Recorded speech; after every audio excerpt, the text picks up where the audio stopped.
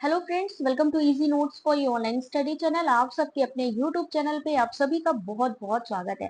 Friends, जैसा कि आप जानते हैं कि यूजीसी नेट से रिलेटेड जितनी भी अपडेट्स आती हैं हमारे चैनल के थ्रू आपको प्रोवाइड की जाती हैं। तो आज भी यहाँ पर बात करने वाले हैं यूजीसी नेट से ही जुड़ी हुई, जो कि है आपकी सर्टिफिकेट से जुड़ी हुई। एक कि आपका सर्टिफिकेट कब आएगा यूजीसी नेट का, जिन्होंने भी क्वालिफाई किया है उनका सर्टिफिकेट कब आएगा। दूसरी चीज है उसकी वैलिडिटी कितनी रहेगी, और जो भी आप सर्टिफिकेट ले रहे हैं वो कहाँ पर किस तरीके से यूज कर सकते हैं, तो ये बात यहाँ पर हम लोग डिस्कस करने वाले हैं। तो चलिए जल्दी से स्टार्ट करते हैं आज के वीडियो को। तो फ्रेंड, सबसे पहले तो आप सभी ने देख लिया होगा कि स्कोर कार्ड आ चुके हैं। स्कोर कार्ड के बाद कट ऑफ भी आ चुकी है।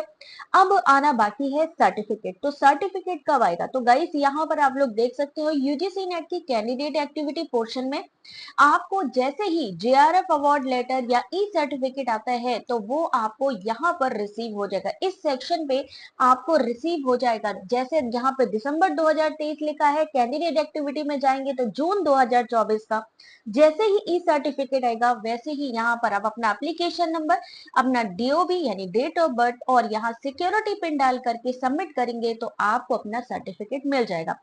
अब ये जो सर्टिफिकेट है, मान लीजिए तीन कैटेगरी से इस बार इंट्रोड्यूस हुई है। पहली कैटेगरी थी आपकी जेआरएफ की, दूसरी थी आपकी नेट की और तीसरी थी आपकी पीएचडी की।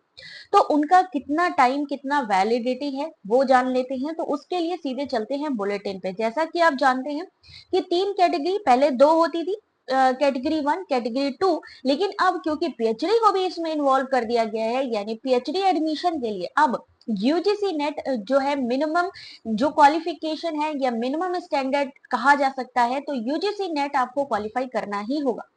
अब यहाँ पर जिनको भी जेआरएफ मिला है वो जेआरएफ के साथ साथ असिस्टेंट प्रोफेसर की कोई भी वैकेंसी निकलती है तो उसके लिए अप्लाई कर सकते हैं। साथ ही पीएचडी एडमिशन के लिए भी अप्लाई कर सकते हैं। जेआरएफ वालों को एक बेनिफिट ये भी है क्योंकि उनको स्कॉलरशिप भी यहाँ पर मिल जाती है। तो स्कॉलरशिप भी आपको यहाँ पर मिलेगी जिनको भी जेआरएफ मिलता है, जिसकी की एक एज लिमिट होती है। दूसरी चीज है असिस्टेंट प्रोफेसर या नेट एग्जाम की। तो आप उसमें जो जेआरएफ नहीं होते हैं लेकिन फिर भी आप असिस्टेंट प्रोफेसर जो वैकेंसीज है उसके लिए अप्लाई कर सकते हैं। वहीं पीएचडी के दाखिले के लिए भी आप इसका इस्तेमाल कर सकते हैं, हालांकि यहाँ पर आपको खुद से पैसे लगाने पड़ेंगे। वहीं कैटेगरी थ्री में आप जो है जेआरएफ तो नहीं है, साथ ही आप असिस्टेंट प्रोफेसर के लिए भी अप्लाई नहीं कर सकते हैं, लेकिन आप पीएचडी के लिए एडमिशन के लिए अप्लाई कर सकते हैं। अब यहाँ पर जेआरएफ वालों को क्या करना है पीएचडी एडमिशन के लिए? तो जेआरएफ के लिए यहाँ पे अगर पीएचडी प्रोग्राम के लिए जाते हैं तो उनको इंटरव्यू फेस करना होगा। इंटरव्यू ही यहाँ पर उनको फेस करना होगा, यानी जो जेआरएफ लेते हैं उनको रिटन एग्जाम या कुछ भी इस तरीके के मार्क्स काउंटेबल नहीं है, सिर्फ इंटरव्यू के द्वारा उनका सिलेक्शन हो जाएगा। वही यूजीसी नेट की कैटेगरी टू यानी कि जो असिस्टेंट प्रोफेसर है और पीएचडी की जो कैटेगरी है उसमें entrance test for PhD admission in place of entrance test conducted by different university for admission to PhD, यानी वो एंट्रेंस टेस्ट उनको देना पड़ सकता है, साथ ही उनको देना पड़ सकता है यहाँ पे इंटरव्यू। यहाँ पर आप देख सकते हैं, ठीक है। अब बात करते हैं कि यहाँ पर जो वैलिडिटी है वो कितनी है फॉर एडमिशन टू पीएचडी। देखिए जेआरएफ की जो वैसे वैलिडिटी, जेआरएफ का जो सर्टिफिकेट है वो वैलिड होता है 3 सालों तक के लिए।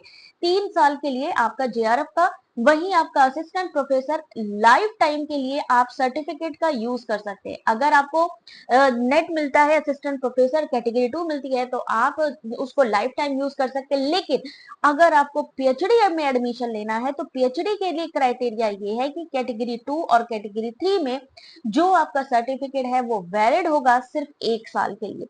1 साल from the date of declaration of the result of UGC NET, यानी यूजीसी नेट का जैसे कि रिजल्ट आया है अक्टूबर में, तो अक्टूबर से ही 1 साल मान लीजिए आप पीएचडी में दाखिला ले सकते हैं या एडमिशन ले सकते हैं। अगर उससे ज्यादा डिले करते हैं तो पीएचडी में एडमिशन लेने के लिए आपको दोबारा से नेट असिस्टेंट प्रोफेसर के लिए अप्लाई करना पड़ेगा।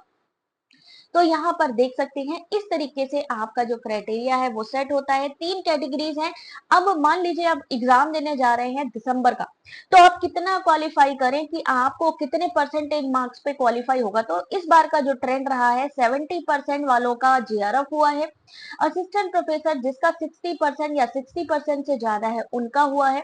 वहीं पीएचडी एडमिशन जिनका 50% या 50% से ज्यादा है, ठीक है, ये प्लस का साइन लगा रही हूँ, किसी किसी में ज्यादा भी है, किसी में थोड़ा कम भी है, लेकिन एक एवरेज हम लेके चलते हैं तो 70, 60, 50% पे यहाँ पर जेआरएफ, असिस्टेंट प्रोफेसर और पीएचडी एडमिशन होता है।